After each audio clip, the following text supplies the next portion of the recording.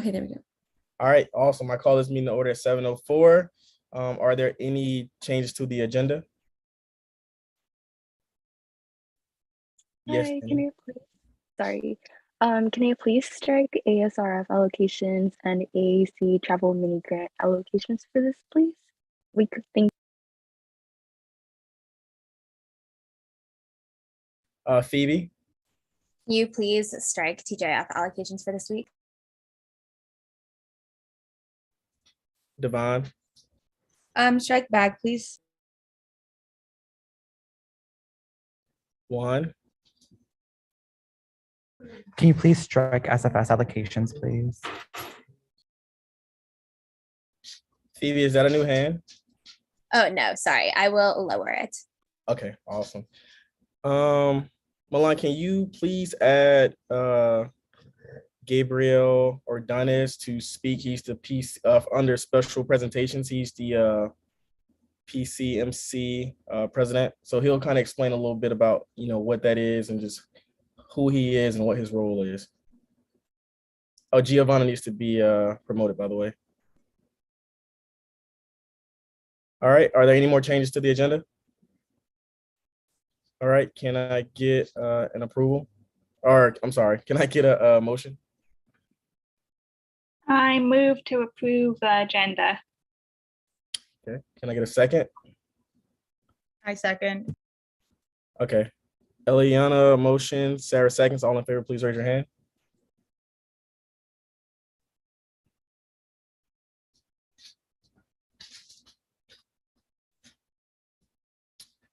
Okay. We have Naomi, are you? Okay, Anna's just joining too. Okay, by a vote of 8-0 to 0, or 9-0 to 0, the agenda is approved. You can lower your hands, please. Thank you. Okay, do we approve the minutes even though it was like a month ago, or? Yes, we do.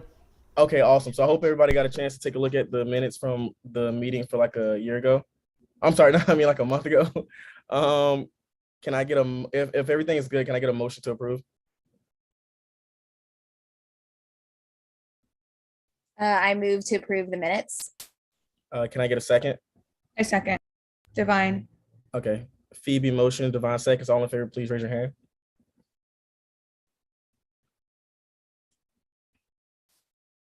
All right, by a vote of 11-0 to 0, the minutes are approved. Okay, now I'm about to open it up for public comment. As we always say, public comment is a time for the public to come and speak to council about any issues. So please raise your hand to be promoted if you want to speak to council. Are there any hands? Carl, we have no one currently in the waiting room. Okay, awesome. All right, well, I will close public comment at 7:07. Okay. So next is Jenny here?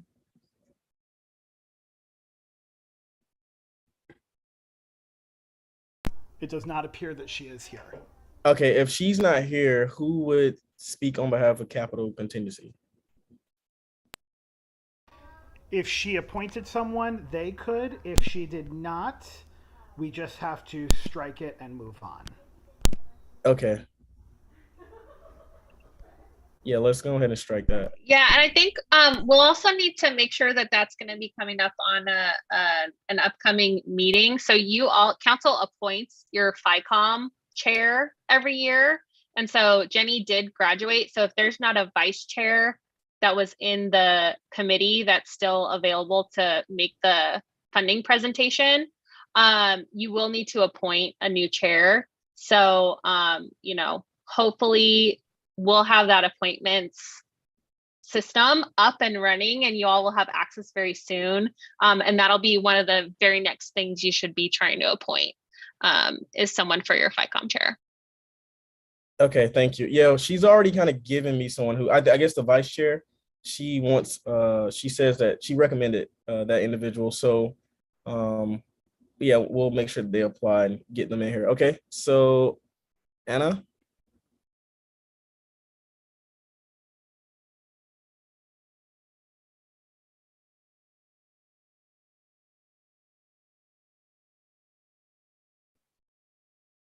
Okay, Anna, we see that.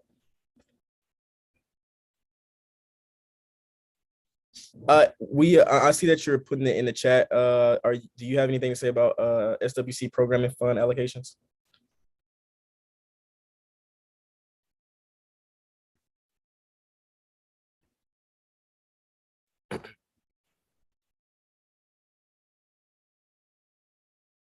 Okay, so we'll move on from that. Thank you, Anna. I appreciate it. I know it's pretty late there. You too, Naomi. Thank you for being here. All right, next we'll go to Alicia. Hi all. There are no updates for the Arts Restoring Community Fund to share. Okay, awesome. All right, thank you. So I guess we'll go straight into special presentations. We have Gabriel here. He'll introduce himself and kind of talk about his organization and what they stand for and what they represent. Gabriel, are you already promoted? Yes, Carl. All right, awesome. You have a PowerPoint, right? Yes, I do. Okay, awesome. So Milan, can you give him access to share that? Yeah. I think he should be able to. Sure. Or let me know if you can't. Yes, I'm able to. Alrighty, can everyone see my screen? Yeah, I see it. Alrighty. Well, hello everyone. My name is Gabriel Ordonez. Pronouns he, him. I am a rising fourth year physiological science student from Las Vegas, Nevada. I am currently the president of PCMC. I know that's an acronym, so the long name is Filipino Council of the Mabuhay Collective. Just a little bit about me. I was born in Hawaii. I'm a 1.5 generation student and whatnot. In terms of my USAC involvement, not directly involved, but I'm involved through this Community Service Commission in one of its many projects, PrEP. And congratulations again, Juan, on becoming commissioner. I want to move forward and I'll just talk about our organization, our entity, and I guess like what to expect going forward and whatnot. We just want to, I guess, advocate for ourselves and just talk about who we are going into the new academic year after a major restructuring period. So again, thank you, Carl, for giving me the space to talk about this in the council meeting today. So yeah, our roadmap today, introductions, of course, PCMC at UCLA overview, and then just going forward. So just about PCMC. In a nutshell, it is a collaborative Students Association Council to 15 equally recognized Filipinx organizations here at UCLA. The 15 will be featured later just to acknowledge them, but there'll be soon to be 16 this year. Our leadership consists of 2 equal branches for balance of power, and we're dedicated to overseeing, representing, serving, and uniting the UCLA Filipino undergraduate and graduate organizations on campus and in the greater Los Angeles area. In addition to our main projects, we're here to build cross-organizational solidarity as one united community front in the favor of our community and in the benefit of our fellow community members as well. Our preamble, I gave a similar presentation to Carl, but I'm just going to quickly give the preamble overview and a quick overview of the mission and vision, but you're free to review the full, I guess, mission and vision statement or our constitution later.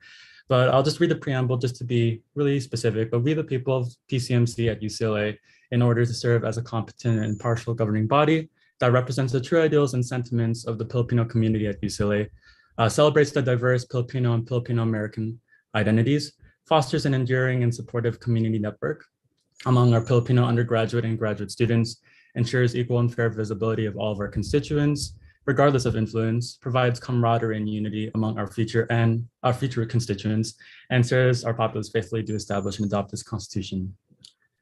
Our mission is to ensure the viability of our community by serving as a neutral and equal space for all of our P-orgs to come together at the table to discuss community events. We host quarterly events.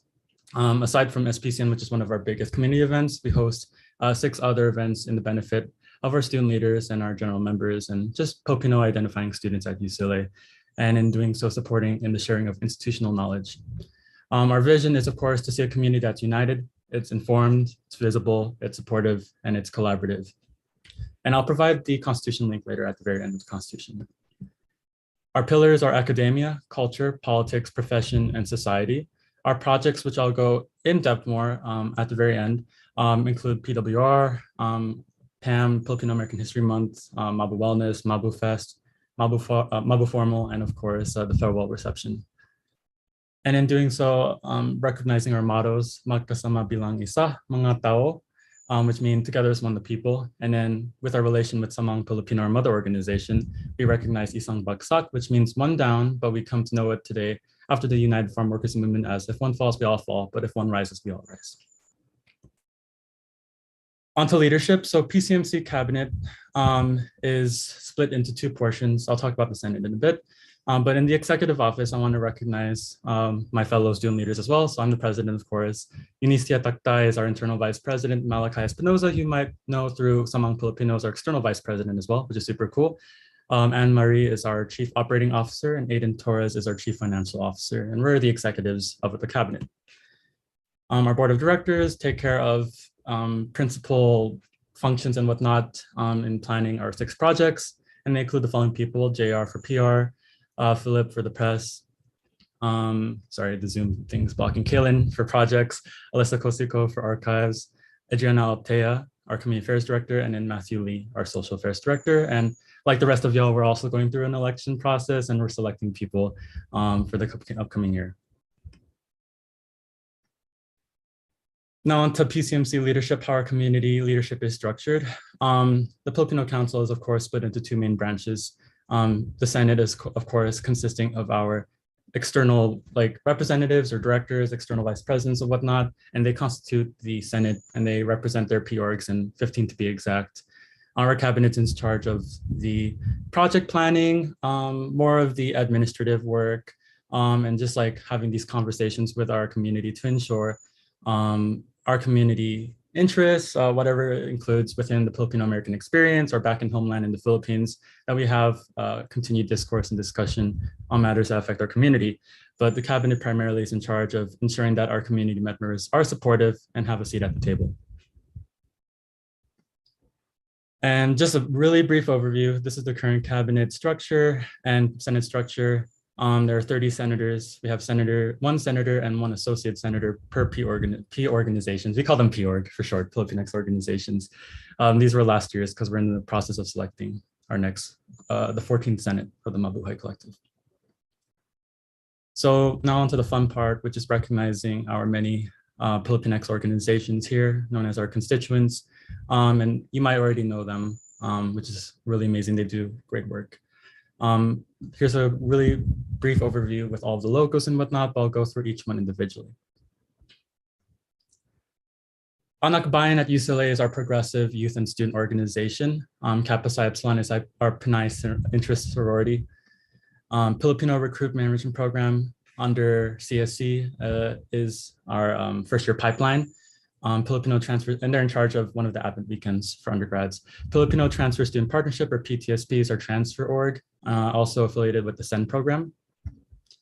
Filipinos for Community Health, or PCH, under CSC is our pre-health, pre-med organization. PIES is our engineering program. The Filipinx LLC, Living Learning Community, is on Dexter 2. 3P, or Filipinx Pre-Law Pipeline, is our pre-law organization. Samang Modern is our competitive dance team, and Tini Coral is our a cappella group. And then last but not least, of course, is Samahang Filipino, our mother org constituent, which includes Samahang Filipino Board, and its 4 projects, including Kabali Kakor, our LGBTQ+ project. SPCN is our cultural night. Samahang Filipino Advancing Community Empowerment, or SPACE, is our community advocacy group at the high school level and middle school level, and SPEAR is our retention program. So in a nutshell, our community, our entity, is essentially a community built on effective communication, and we would not be able to do this without this constant interweaving of talks and discourse among our community members, supporting not only their mission and visions, but advocating for the mission and visions of others. So now onto the fun part. I want to talk about what PCMC does, because unlike our constituents, we don't hold general meetings. We instead hold projects that involve collaboration amongst all the community members, hence our council collective kind of space. And we're also in charge of the executive internship program for our board. So in a nutshell, what do we do? These six. So the first one is Filipino Welcome Reception, or PWR, in the fall quarter. And we have PAM in the fall quarter during October, of course, recognized back in 2009 by the United States government. Mabuhay Winter Wellness in the winter quarter, Mabu Fest back in winter, the formal or prom in spring quarter, and then Filipino Farewell Reception in spring. The Filipino Welcome Reception happens in week 0 fall quarter, and this is a place where all of our PORGs come together to introduce ourselves to incoming underclassmen, transfers, or even the graduate community as well. And it's a place for us to showcase and invite people to join. It's a recruitment event, super big, usually happens in Poly Pavilion Clubhouse or Ackerman Grand Ballroom. This year will be the 31st, and it'll be a 7-day event. And we can't wait to not only include our usual community members, but members of other communities at UCLA and the general student body. Filipinx American History Month is an identity celebration, and we of course celebrate our identity throughout October when it does take place. It happens on 2 fronts, our council front and the PORG front. On our council front, we do more nonchalant things by interviewing people of Filipino identity, background, etc., and recognizing them in various social media postings or in various journal meetings as guests to the PORGs. The PORGs, of course, host general meetings that cater towards, of course, that celebration. And we're putting together a big calendar to publicize to the rest of the university. Mabuhay Winter Wellness is a leader check-in. We understand that while we serve our community, we don't want to forget to serve ourselves as well, making sure we're okay as student leaders in a very diverse and very dynamic space. So we're here to support our senators, our PORG leaders from the 15, usually send care packages and create a congregating space to reflect and talk about how everything has been going so far. And this happens in the UCLA Hill.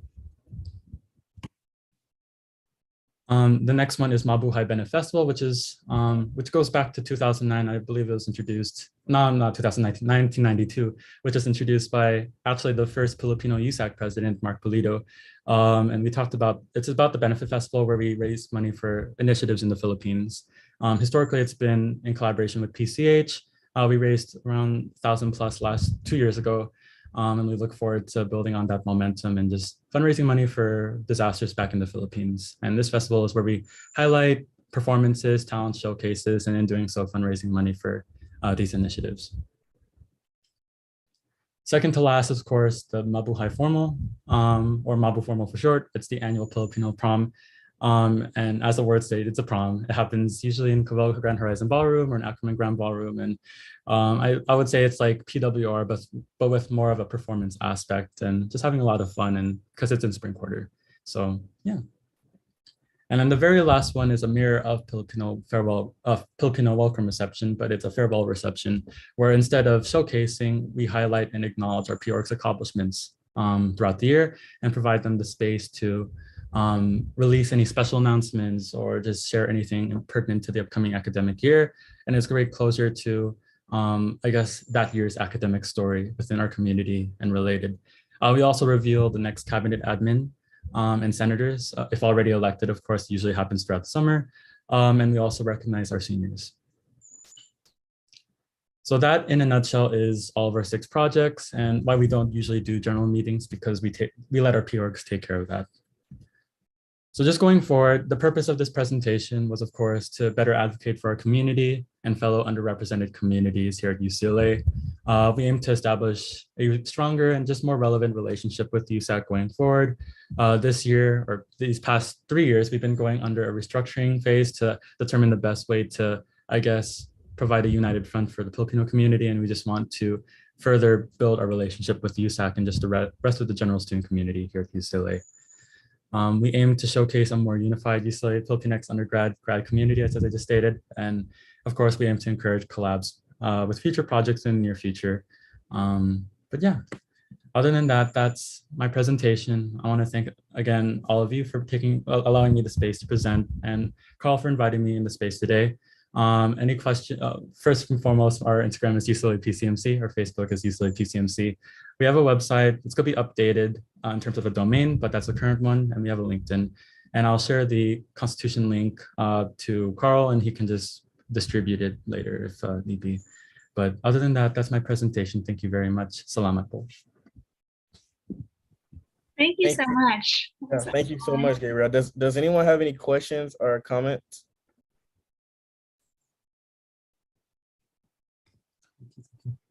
See everyone saying thank you. Yeah, thank you so much. That was a great presentation. It's great. I can also share the presentation as well in the future. I can just email the link later. Thank you. Okay. I have a quick question. Sorry if I didn't see it in the slide, but do you have like an email associated with PCMC? Oh, yeah. I'm sorry, I didn't include that. I can just drop it in the link right now, actually, or in the chat. We have a UCLA email, pcmc@ucla.edu.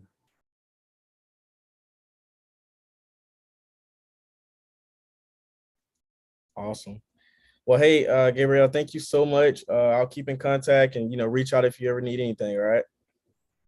Yes, thank you so much. And have a great council meeting, y'all.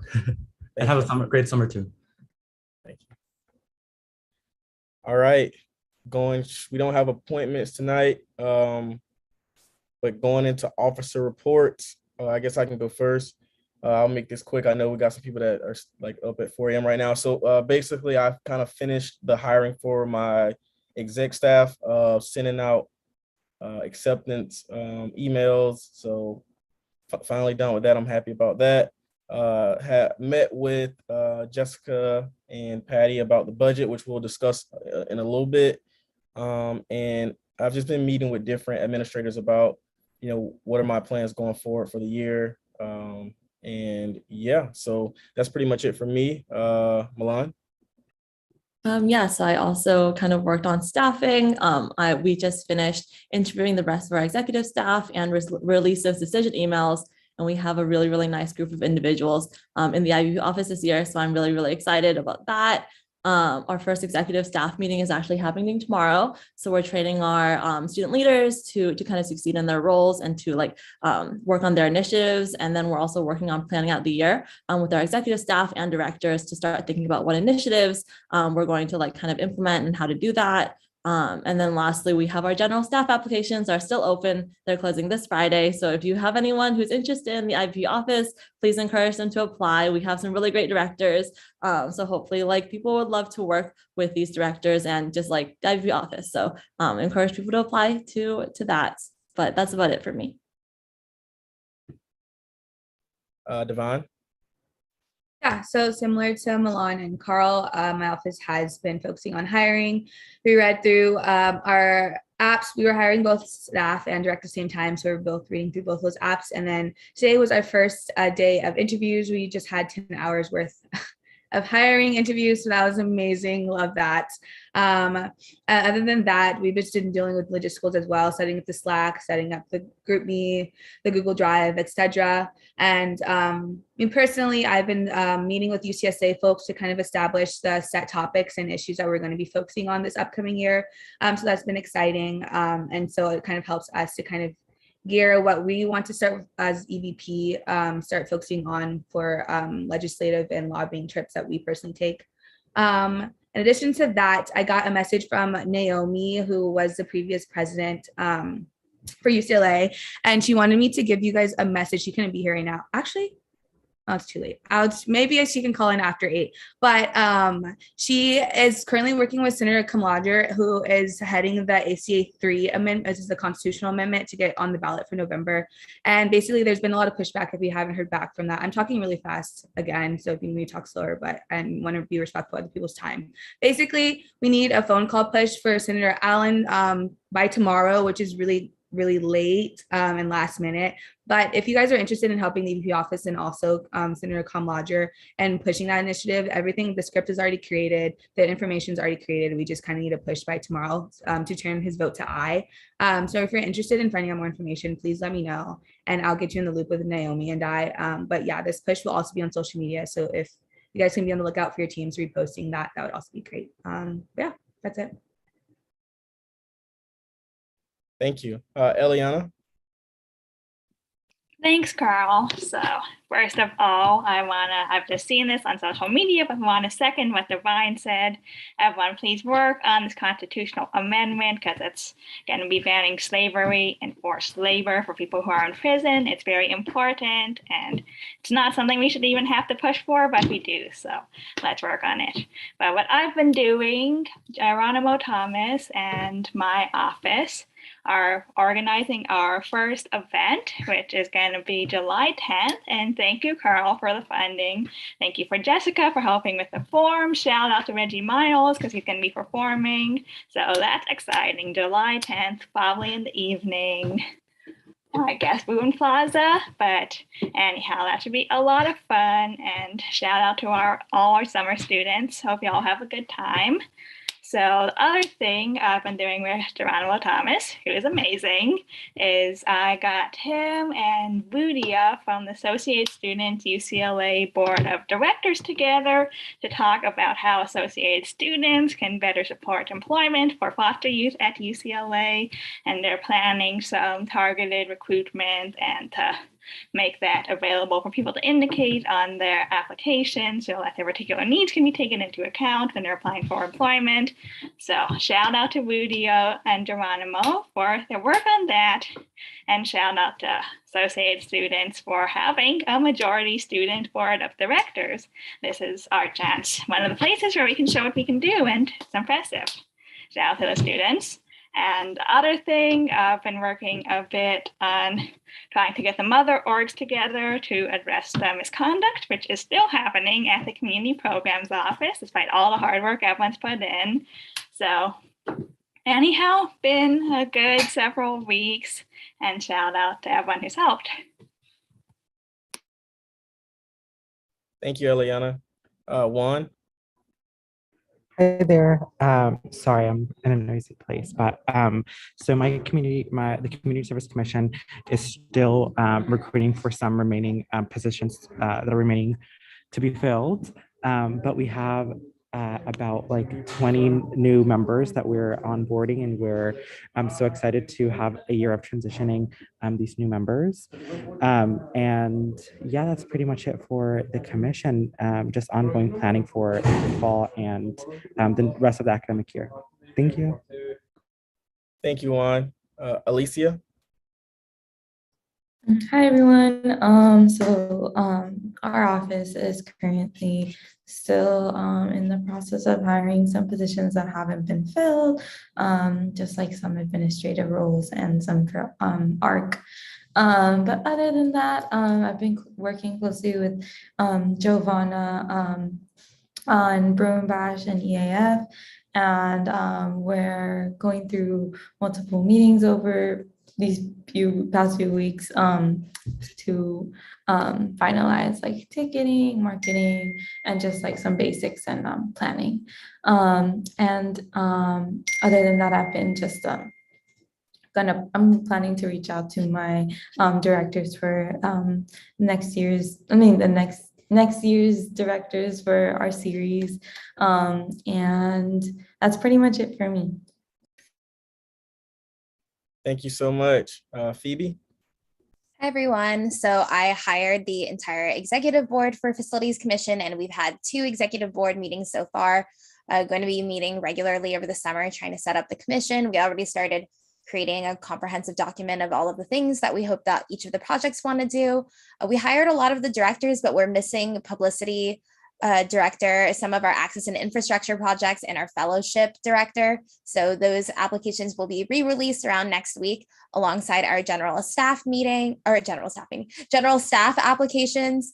In terms of some of the items for the projects that have been carried over from last year, the shipment for the Kirchhoff mugs, coffee house mugs, has been received. So there's like 224 something mugs in Westwood somewhere that need to be given to Kirchhoff Coffee House eventually. So that'll be great. Excited to see their reusable mug option in action.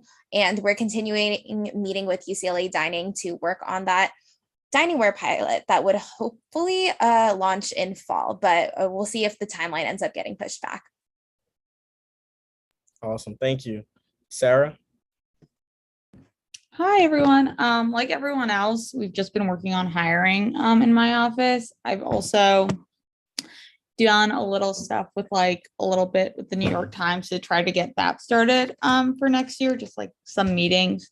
And then also we facilitated the return of all the eye clickers and lab coats and goggles. Yeah, that's what my office has been doing. Oh, I guess this is also relevant. If anybody wants to join on trying to get the New York Times for students, you all are more than welcome. Totally don't have to. But basically I've been talking with like the liaison from like the publication, and then just trying to set some meetings up with like set some meetings up with like admin on campus. But yeah, that's what we're doing. Thank you so much, Sarah. Is Theodore here?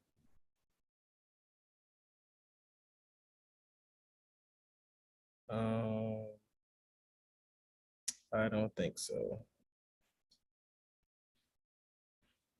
Okay, Hansuka? No? Okay. So we'll go straight into admin reports. Josh? Hey everybody, so at this point in time, and I'm sure Jessica and Patty will talk a little bit more about this, but you should have access to your offices. Everyone should have access at this point to offices and their email. And so if you do not have that, please do not leave this meeting without reaching out to one of us.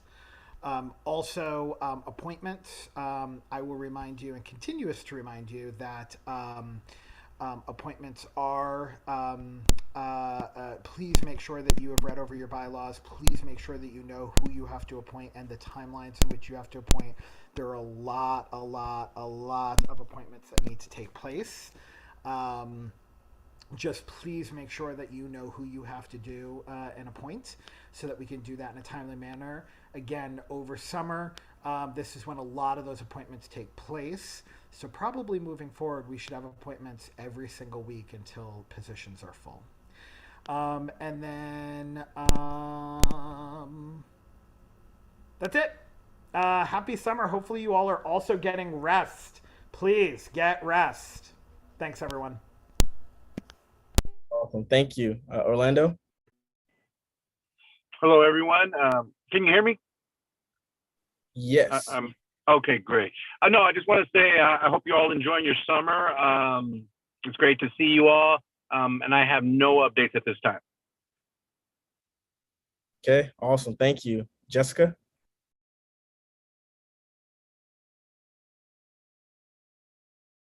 Oh, you're muted. Sorry. I realized I turned on my video, but not my microphone. Thanks, Patty. So just a couple updates regarding appointments like Josh mentioned. So I'm working with Kathy Chen, who presented the new appointments system to get some accounts set up for those of you who are on the appointment search committee and appointments review committee so that you can actually get into the system and be able to, update appointments, applications, review applications, interview folks. So hopefully this week, you'll be in that system. And, once that's live and you're in there, you can start directing folks there to apply for your major campus committee appointments. So this is only for campus committees.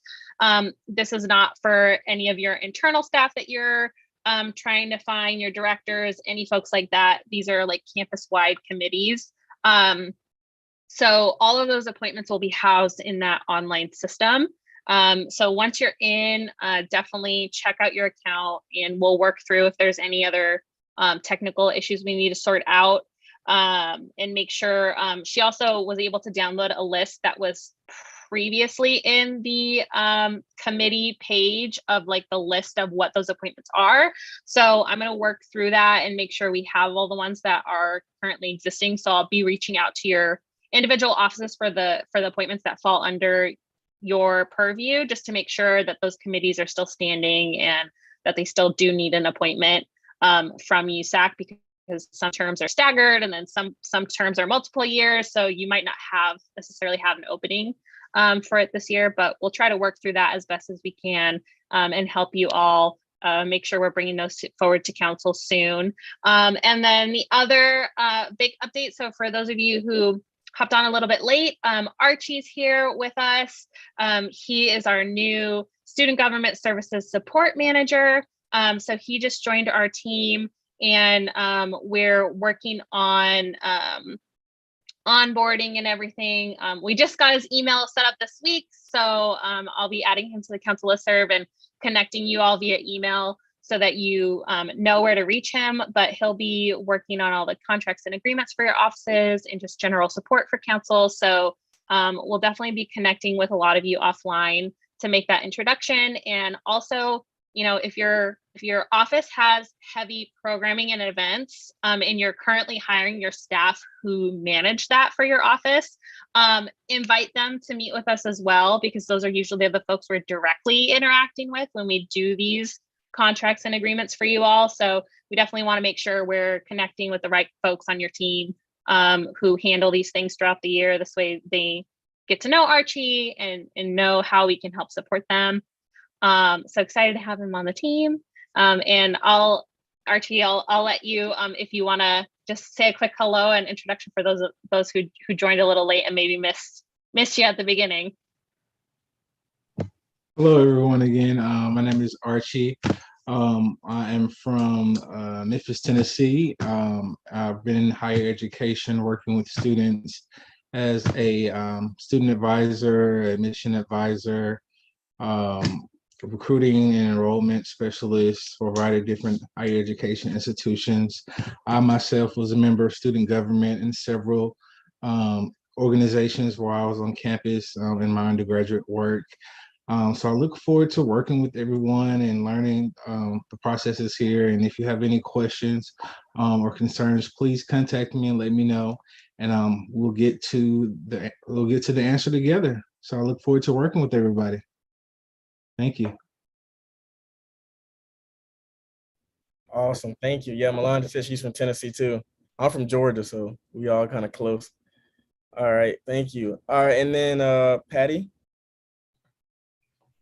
Hi, everyone. Good evening. Archie, welcome. So excited to have you join our team, and you know, having the opportunity to work with these amazing student leaders. It's definitely one of the highlights. It's and something that keeps us inspired as you all push us every year. I was talking to a lot of your council members when I had a chance to see you all during our training. Is my favorite thing is actually, what are your platforms and how can we help create that and bring that to life? So definitely utilize us. We hope to see all of you all throughout the summer if possible, and then also going into the school year. One of the programs I'm working on coming up that I just want to share out is ASUCLA works really closely with new student orientation in a program that we call Summer in the Union. And so this is a really fun opportunity. We host, with new student programs, we host a club fair that takes place during each session, during their first day of the session. You may be tabling, you may have heard out about that event. If you are interested in having a USAC table and you may not have had the chance to reserve a spot, just let me know. I do, as ASUCLA, have a couple open spots, one table for student government specifically. So usually USAC, if you don't already have an individual table organized through new student programs, I do always keep one table available for USAC if you want to have a representative at all the new student orientation sessions. So if you are interested, shoot me an email and we can coordinate from there. We also have late night activities. So we're changing it up a little bit this year. We're having our activities start pretty much after the club fair in the ballroom, and we're going to have dancing and games and arts and crafts and prizes, and just really fun way for students to meet new friends and have some fun. But I also want to invite all council, if you are interested in having a shout out want to come out and, see some of the new students, I'm more than happy to do some collabs at that event. So again, just reach out if there's interest there. And then the last thing I wanted to mention is on the day 3, we do ASUCLA tours. So we tour them through our Ackerman and Kirchhoff, and we always make a stop in front of Kirchhoff and talk about student involvement, opportunities to get involved with your student government. Carl, thank you so much. You're on the, did a welcome letter that's included in the brochure that we send out to all the students or give out to all the students at that tour. But if there's any talking points or any items that you really want us to share, feel free to reach that out to me. I'm working on the tour guide script right now. We keep it pretty pithy, but we love to do fun facts or anything to add to it and personalize it in some way. So just wanted to share that out and just say, looking forward to working with you all. Awesome. Thank you so much, Patty. We have a new alumni rep, Stephen Moran. Hi, everyone. Yeah, my name is Stephen. I'm actually a 10th year UCLA student. So I graduated my undergrad in 2016, and I've been pursuing an MS, joint MS and PhD in the electrical engineering department. So I'm really excited to kind of be able to participate, kind of give back, and by joining the USAC delegation. I would love to serve as a resource in any capacity that I can.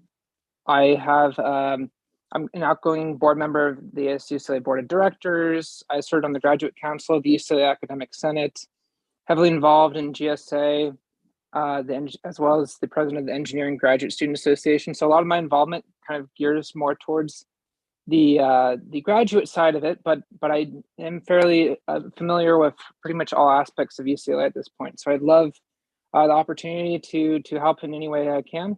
Feel free to reach out to me at any point. Thank you. Thank you. Oh, and sorry, Carl. Yeah, Just wanted to, sorry, as your outgoing alumni representative, just want to say it's been a pleasure to be with you all. In terms of any updates from the Alumni Association part, they now have a new term and a new board. So there's a new president for the Alumni Association. Her name is Ann Wang. I can provide her contact information for you all as well, or Stephen can, since he'll be going to those meetings now. But yeah, I think that's since that's really like the big change. But just wanted to say it was a pleasure to be with you all for these couple of months that we were together, but also in general. But yeah, if y'all need any support, you can still contact me, especially around programming or connected to other alumni folks. But yeah, it was a pleasure. Thanks again, everyone. Good job. Oh, and also PSA, wear sunscreen. The sun is no joke now. Thank you so much, George. Like Eliana said, thanks for being a real one. Don't miss you. All right. I see we don't have anything for old business. We'll get straight into new business. Wait, Jessica, are you going to be bringing up the budget? Oh yeah, Patty's gonna share screen and present it for you all, and we'll both kind of help give overview and answer any questions. But yeah, I'll let Patty take it, and just so you all know kind of how we work the timeline for you. We bring you the budget and show it to you so you can familiarize yourself with it, and then you'll have the next 2 weeks to really like dig in deeper and see if you have any questions. And then at your next council meeting, you'll be taking a vote to approve the budget that will be in place when your fiscal year starts August 1st. So definitely keep that in mind as we're going through things. If you don't fully understand what's happening and you have a lot of questions, feel free to ask or write them down. And then if you need more time to look it over, you have that opportunity for the next 2 weeks until your following council meeting, where we'll actually need to vote it in. So just wanted to make that clear. Even it is on the agenda as an action item, but we don't expect you to vote for this today. This is the first time you're seeing this, and we want you to be able to look at it and understand what you're looking at.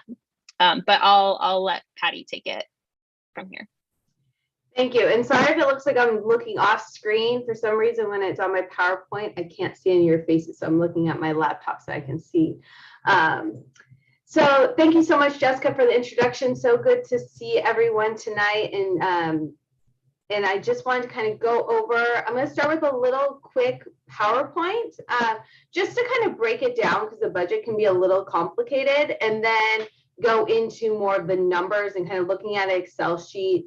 So I kind of want to give a little bit of context to the numbers before I just throw a spreadsheet up on the screen with a million numbers on it. So what's really important for us as your advisors in support is to just make sure that we're bringing forth all of the information and also our transparency of how the funds work. We are the stewards as USAC for all student fee referendum. And so we also have our student government accounting office that most of you may be aware of, but you may not have a chance to connect to it yet, as you haven't actually received your funding yet. But essentially, we have our own accounting department that's in charge of overseeing the budgets for both USA and GSA. And the budgets consist of all referendum fees, so that's student voted on fees that come in through the student bodies for USAC. So I'm just going to go through this a little bit. So a few things I'm going to go over is we're going to explain the budget today. I really also want to explain kind of how it works, the sources of the funding, how they're then distributed, and then the range of motion on those funds. And then this is also really important. The reason it's coming up right now is you all, as you know, will receive access to your funding starting August 1st. So right now, it's still the outgoing council. One of the reasons you didn't see any funding sources come through this week is we've actually kind of closed the year out for incoming projects and requisition forms, which is the way to get payment. And we're closing out the month in the year end right now. So starting August 1 will be this next year's budget that you'll be looking to approve at your next meeting. It also gets approved by our ASU-CLA student-led board of directors for fiscal soundness. So what that means is at the end, the money coming in with fund accounting, all the money coming in has to match the money going out, and it can't be at a negative at the end. So we'll kind of go over that. And that's what they're really determining, the board, not necessarily how you're spending it individually. It's more of a micro level or a macro level. And then the surplus process, which you probably have heard about as well, which is carryover funds for next year or from last year, this past year, that is unspent expenditures, dollars, that will go and carry over, and we have to close out all the books. We have to finalize our audit so we know the exact number. So we actually discuss surplus at the end of fall, beginning of winter, and that's when you can activate additional dollars from this year that were unspent for programs or initiatives of council. So I just wanted to just touch on that, even though we're not going to go over that in detail today, but that does come up in questions a lot. Okay, so just to give a quick kind of overview of your funds. So this year, your quarterly fees is a little over $95, and that's comprised of 38 separate referendum fees. And what we did with the president's office a couple years ago is there's so many different fees. How do you digest that and kind of explain that out? And we kind of placed them in a few different categories to help kind of explain what the fees are for. And I'll go into more detail soon, but we have fees that students voted on that want to support community service and outreach. We have the entertainment fee that goes into programming, concerts, speaker series, for example. Health and wellness programs, as you can see, is 16.9%. Sustainability. There also is operational costs, which is the overhead of how do you operate as a council, your stipend positions, your funding body chairs, your OSAC, your election board, all that kind of rolls up into your expenses. Your webinar series that you're funding to put on your meetings right now, for example. Your office space, the maintenance of your office space. basic needs, and then inclusion and diversity. So we just kind of show a few different categories to kind of see how all these funds kind of roll up and just break it down a little bit.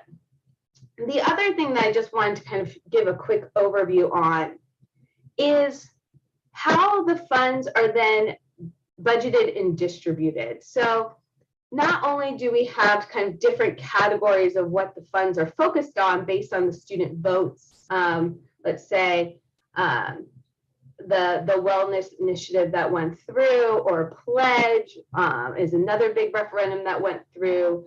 They kind of fit in these few different categories how your funds work. So we have the blue chunk, as you can see, that is funding that goes straight to funding bodies. So council receives monies from either their from referendum fees for a specific purpose to then give out to student funding. So this could be based on your bylaws. This could be based on the referendum fee specifically. For example, contingency fund, USA Board of Directors programming fund. You also have SRAC, which was a student referendum that passed to go back to arts restoring community. All of these have then funding bodies who then allocate funds to campus organizations to put on their events. We also have USAC delegated funds. So these are dollars that come in through our student government accounting and referendum fee, but then we delegate them out to other entities outside of USAC to manage those programs. And then they report back to us how they've utilized those funds. So a good example of this would be the CPO food closet, or Good Clothes, Good People, CAC funding, CRC, SIOC. These are all big referendums that are actually, LGBT Center receives some fundings, Students with Dependents. So all of these different entities receive some fundings through referendum. And instead of us managing each requisition in the daily expenditures for those are delegated over to student affairs or other entities to then manage those funds. We also have the USAC non-discretionary funds. So this would be our overhead expenses. So this is the stipends, this is the your election board, your operating expenses, and we'll go over that in more detail. And then we have the commissioner managed discretionary funds. So this is, there are some commissioners and offices that receive referendum funding. So SWC, CSC, EVP, CAC, CEC are just a few of the examples of commissions or offices that receive referendum funding for specific projects. So for example, the Wellness Initiative gave money for CSC transportation and SWC wellness programs. So those funds are then put into those commissioners' accounts to then manage. Brew and Bash is a great example. So the Brew and Bash fee is actually spread between CAC and CEC. And then as you can see, that small percentage, that is actually the discretionary funds for the USAC Council as a whole. So we have about $10,000 in discretionary funds that can fund student council-wide initiatives before we have access to surplus. So I know that's a lot of information, but I think it gives a good framework. So one of the things that we really work with, and Jessica's team is really great, is wanting to have as much up-to-date information and availability to your budget. So we have our budget reports always on your USAC website that you can go and review and really look at each account, your club, and see how much funds you have available, how much you've expensed, how much is remaining. We're going to have training sessions to really go into how you can access your fund, because I won't get into that here, but our accounting team really wants to work with you, especially if you have referendum funds. We should be meeting with you all in the next month, in the month of July, to go over how you're going to budget out your funding. So we always put into budget of assistance or honorarium or supplies or programming, and we'll work with you and give you some examples of what's been done in the past. And then also project specific. So we're really here as a team to really guide you through this process. I know it can seem daunting, but that's our goal, is to make it as simple as possible for you all, because we want you to be able to activate your programs. And then we also have different ways to, we have all the referendum language on the website. So you really utilize our website as a tool to learn more about your funding. If you have any questions, that's what we're here for. Here's just a snapshot of the website. We have the student fees overview. We also have an expenditure viewer, another way of kind of diving into how students are spending their funds that they receive. And then also we really want to, the expenditure visualizer is actually a GenRep initiative from a few years back, and it's been a really great asset for us to have and kind of share out with you all. And we added it to our site. So that was just a broad overview before I kind of now go into the budget. So what I'm about to share is are you still seeing my shared screen, my PowerPoint? No, it's down now. Okay, let me delete it. Let me cancel, because that's all I see. Okay, oh good, I can see your faces on my TV now. Actually, it's not called a TV, but it's bigger than my laptop. So what I'm about to share now is going to be kind of the budget breakdown. And this is where we, as I mentioned, we have all the incoming referendum fees and then what's going externally, and then just kind of going over our budget. So this is what we would vote on. This is our preliminary budget. And this activates us to then put those dollars into the accounts and then start activating, so then you can start utilizing your funding available. So let me pull that up. Sorry, let me move my laptop now so I can see. Any questions on the PowerPoint so far before I kind of dive into numbers? Okay. And feel free to throw your hand up. It's going to be a lot of information. We're here to answer those questions. So just feel free to throw your hand up anytime and I'll try and explain it. Patty, I was going to ask, can you send us the link to that PowerPoint? Oh, yeah. Thank you. I don't have it like in a link, so I'm gonna. I'll have to be after council, because I'll put it in Google Sheet. Okay, no problem. A PowerPoint thing in Google. Okay, no problem. Thank you. My non-tech savviness is showing. But yes, I will make sure you all get a copy of that. So this is our budget breakdown, and I just want to kind of show a couple of the columns and kind of explain it a little bit. So this is our budget, our original budget that we're proposing for this year. Is in the column G that's highlighted green. I also put into, as a reference point, the original budget from both 2021 and 21-22. So I think it's really important. Sometimes if you're just looking at numbers, and you don't have anything to reference it off of, it makes it a little bit difficult to put it in perspective. So I wanted to kind of show that. And then the revised 21-22 budget, where you don't see anything yet, but you'll see some big numbers here. That's essentially your surplus. So coming into winter quarter, when we bring forth surplus, then there's this additional carryover funds that we would then revise the budget, because you start activating funds into different categories. So I just put that here as reference as well. So I'm going to kind of go through this and kind of explain a little bit how this works, and then I'll kind of answer any questions along the way. So the first section here is your budgetable income. So this is dollars coming in from student referendum fees. And this is annual, and it's based on the language of the referendum fee. There's also return to aid for a good number of these referendums. And then there's also the, a lot of these are also tied to inflation, which I'll talk about in CPI. Some are not and some are. And so we'll kind of talk about that a little bit too.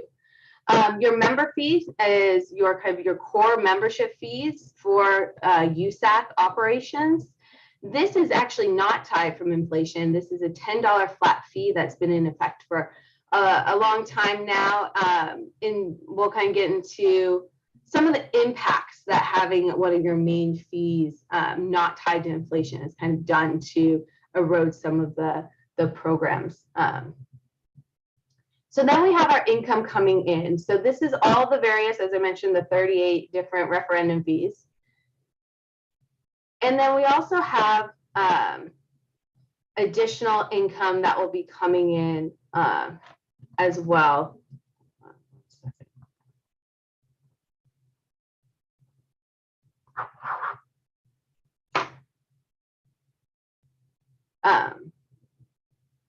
And then now into this next section is our administrative, these are now your budgetable expenses. So before we go into the overhead, so that's what I kind of mentioned during the presentation, it's the cost of operating USAC as a whole, and we'll go into that in detail. And then we also have the expenses that are listed here are part of the student fees. So we receive the fees coming in, and then we send the fees out into the various campus organizations to then be able to activate and utilize those fees. So that's why it's put here as an expense, because you're now able to then take those fees, they're in, let's say, CSC's account, they have those funds to then activate those dollars. We also have here, which I'm going to highlight, and a couple down here. These are some dollars for your commissions. So as you can see, there are some commissions that have referendum fees, as I mentioned earlier, and then there's a good number of council members that do not have any referendum fees or budget in their accounts. So what we've done, because all of you great council members usually do some programming or initiatives, you want to make sure you have a baseline budget. We have placed in here some dollars for all of the different council members to at least have a starting point to have some funds so they can activate. You can also apply for funding boards and different funding opportunities as well. There is a slight increase here from last year because we have 750 and working with Carl and kind of looking at our budget, we felt like it was very important for us to be able to support our students, student government initiatives, in that with the cost of inflation going up, that the need for a little bit more funding was really important. So we wanted to prioritize that this year. And then here, these are just more of the costs going through to the various entities. And then these are our fees going out. The ones listed down here in this section, these are what we call those delegated fees. So as you can, I'm sorry, not all of these, but a good number of these, the social justice, campus retention, a good number of these listed in this section are ones that we delegate out to campus life and student affairs that actually help facilitate those programs and initiatives. So academic advancement program, the wooden operations, student justice camps, CPO closet, for example. And so where we get to the bottom line that's important is then this number needs to be a positive number. And so that's what I was mentioning before, is our budget of income versus the budget of expenses. As you can see that there is a little remainder, we always take, it's been our precedent that we take this remainder, we split it across all of the council members that do not have referendum fees, and we add that into their accounts. So does that make sense for the first section? Because I'm going to kind of drill down a little bit more and give you more detail, but I just want to make sure that part is clear. Okay, I'm not seeing any hands. Okay, perfect. So how do we get all these numbers? So let me kind of go into that in a little bit more detail. And I have kind of tabs down here that kind of goes into all of the different expenses. So the first that I wanted to kind of show in more detail is our overhead costs of running the operations of your offices and council as a whole.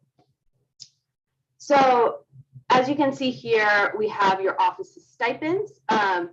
So back, maybe this was actually George's year, I'm not sure, it's been a long time. We pushed to have the USAC stipend tied to California minimum wage rates. Previously, it was a flat stipend amount, about $300 a month, and we just felt like that was as administration, we felt like that was an access issue. We want student leaders to be able to serve and lead at their university and not have to say no because of it being prohibitive because of not being able to get that wage or stipend to them. I still feel like it's low for the amount of hours you all put in, but that's how we determine your officer stipend. So you can see there's a little increase this year because California minimum wage goes up from 15 to 16.05 this year. All of the other stipends also then are percentage of the rate based on the council stipend. And so as you can see here, there's some increases, a little increases too for the J Board Finance Committee. And these are essentially the stipend, weekly stipend rates for your other committees here, FICOM, J Board, Budget Review, Election Board.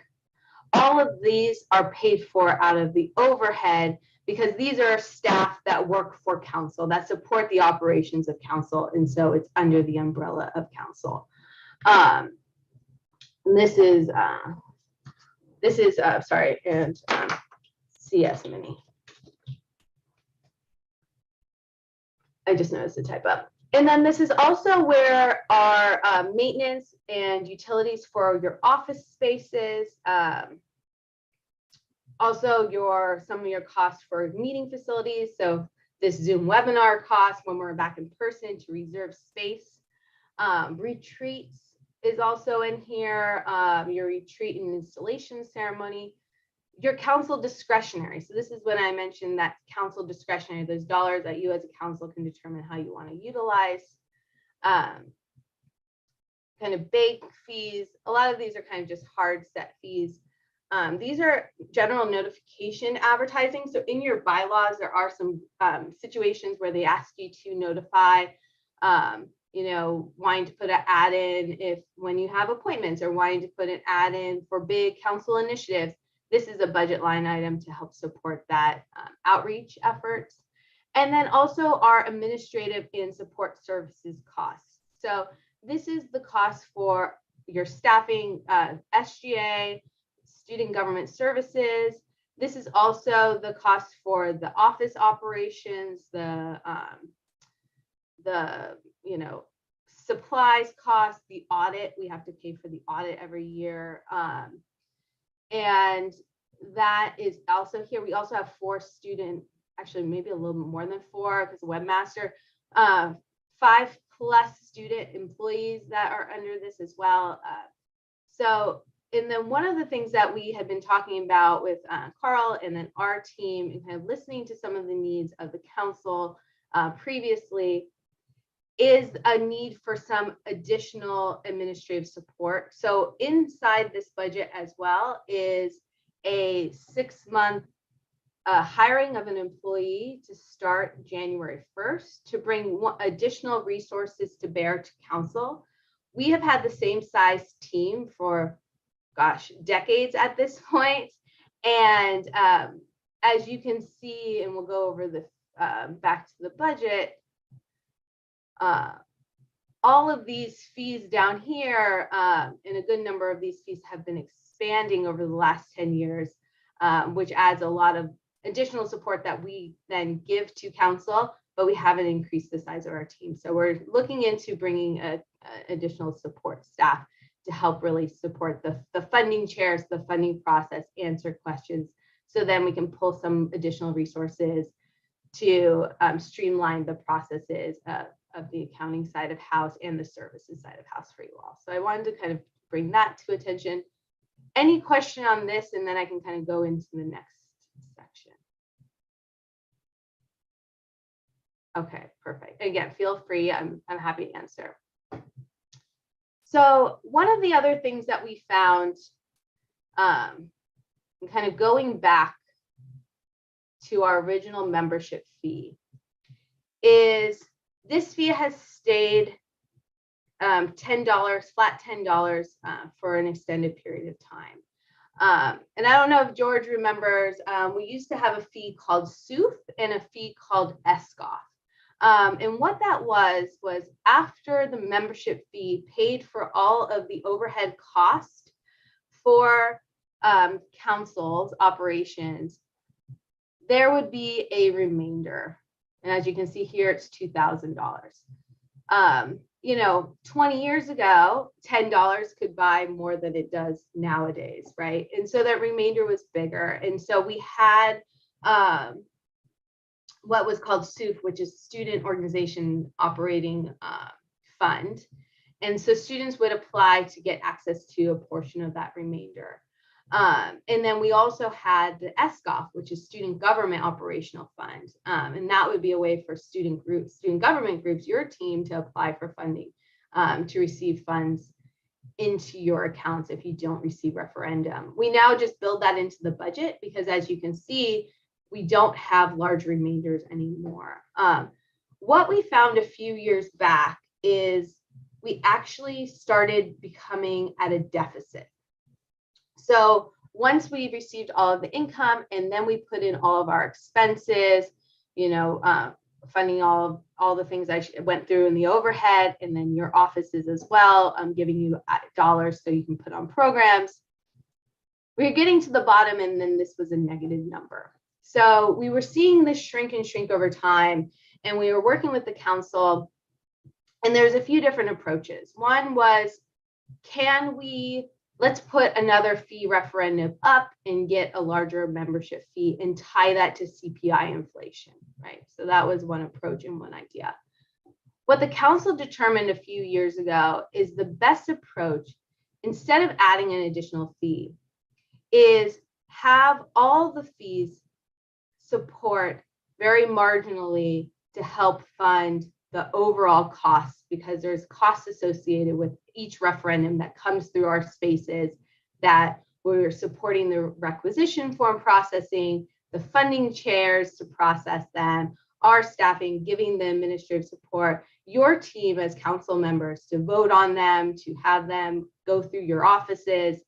And how can we just have that be a shared fee across all the referendum instead of having it be a large impact where we have to cut discretionary funding for council or from the clubs that, or council members that don't receive funding for their clubs or for their offices. So for the last few years, we've been having what we call a small overhead fee that gets assessed to all of the fees. So here is the list of all of the fees. And this is per quarter. And as you can see, there's the $95. And then we have, excuse me, I should have brought water in here.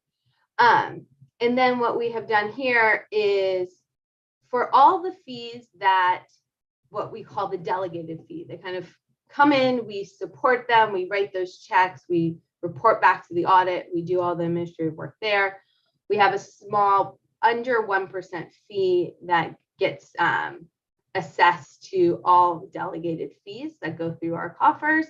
And then for any of the referendum that we actually manage in-house, so that means that we're doing all the logistical work for those fees, and then you're supporting them with your BOD or BRD director or your contingency director and all of that in your offices specifically, those get assessed at a 2% fee. And so with that, being able to kind of across all of the fees really support the costs of running the association. And that is how at the end we have a positive number. So that is, and then here are just the stipend breakdowns again that we went over. And that is all of the detail that brings us back to this page 1. So any questions?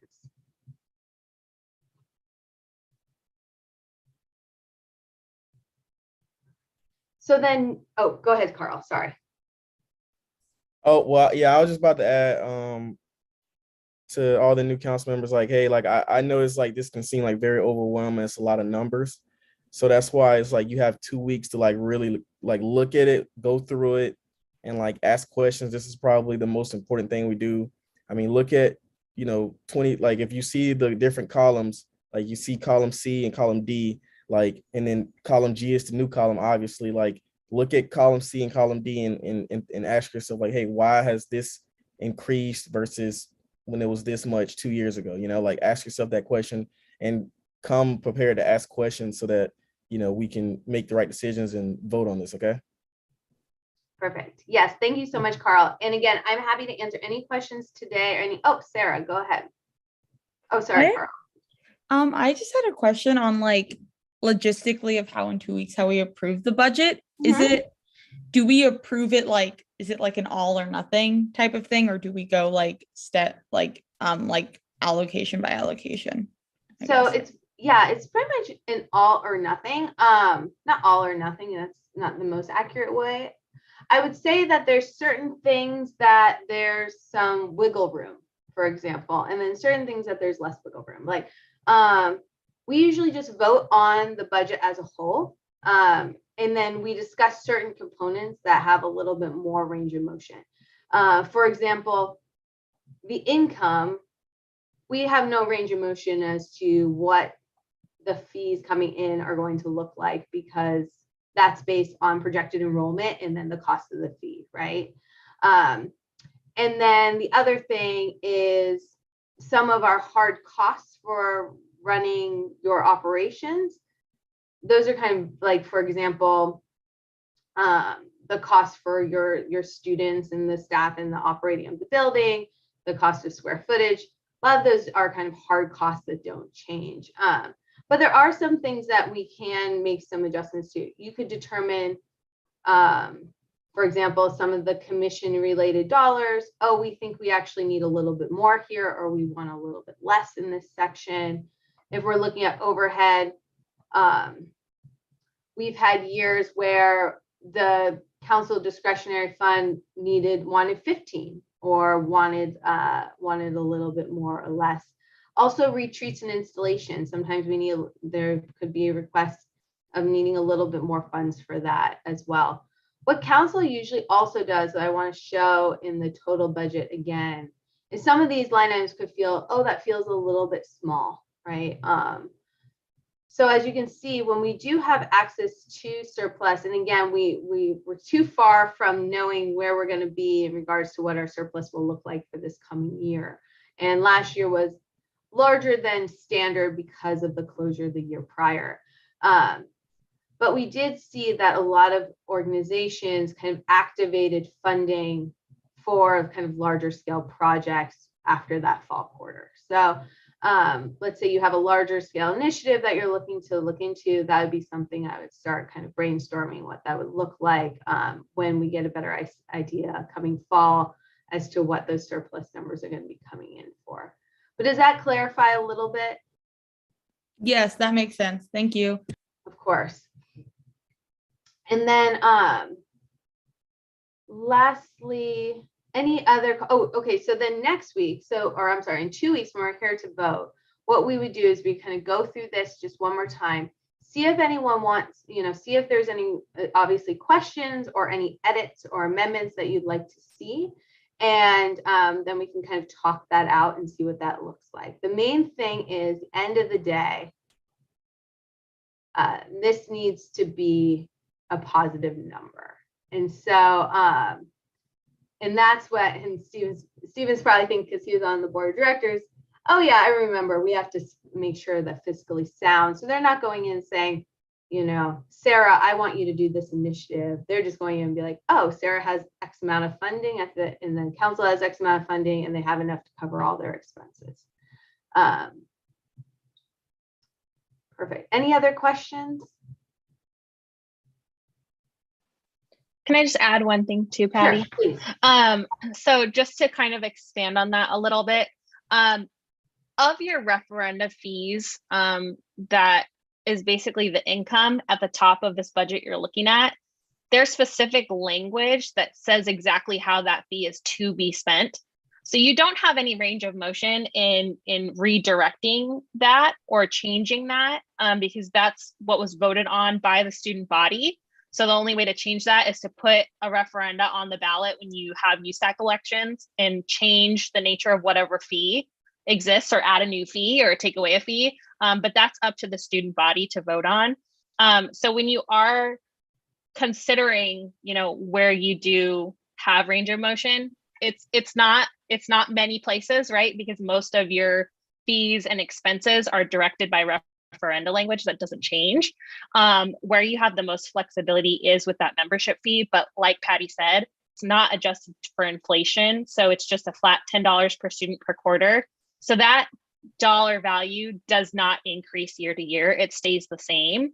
So mainly what you'll be doing is seeing, like, for example, with the retreats and installation, if you wanted to reduce that line to then add a little bit extra somewhere else, it's going to have to be a give and take. You don't really have the flexibility to add in more expenses to your budget because it's a flat rate fee and there isn't more income, if that makes sense. So just keep that in mind as you're looking at the areas where we can kind of consider what's it going to look like if we change these numbers a little bit.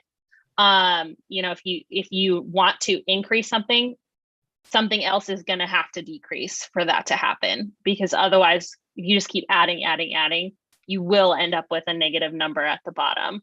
And we don't want that to happen. So if there's any more questions about things that you're considering, can we change this or can we do that, or what's this going to look like, definitely feel free to ask and we'll try to clarify that piece of the budget.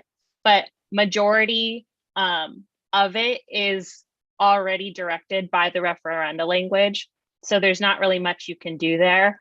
You're just basically approving it to then make those referenda funds available to either the delegated entities that they go to, or if it's an internal USAC referenda that funds contingency programming, for example, then you're giving oversight of those funds to your FICOM chair. But most of it is pretty much set as is, and it's we don't really have the ability to change a lot of the line items that are there. Thank you so much, Jessica. And just to piggyback on that a little bit, I think that's why when we get to that surplus discussion, so what happens, just to explain what surplus is a little bit, even though it's not in this vote, is when you have unspent funds from the year previously, and then because it's fund accounting, when that goes over the next fiscal year, the limitations or the pockets that those funds were in previously kind of free up a little bit more so that you can utilize those funds on special projects or different initiatives for the campus.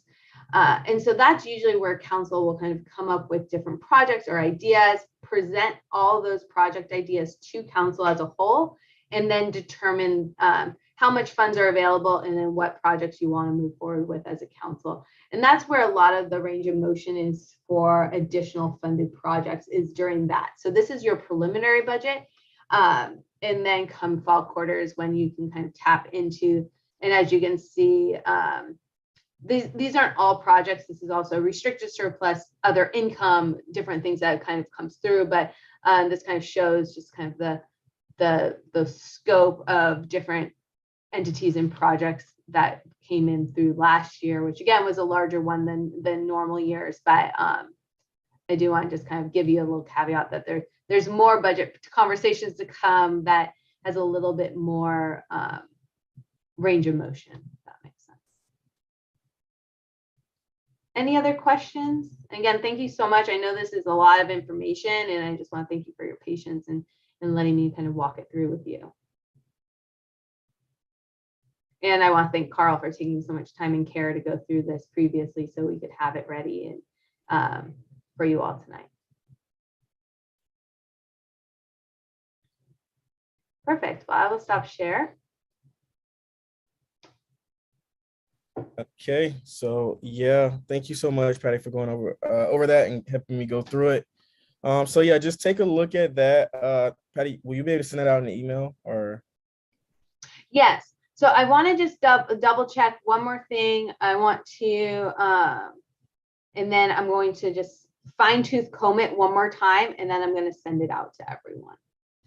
So I will get that out to everyone by end of day tomorrow or midday tomorrow with the presentation and this. There's one area I just want to double check really quick before sending out, just in case I just want to make sure I have every dollar and cent of income in there. So. Okay.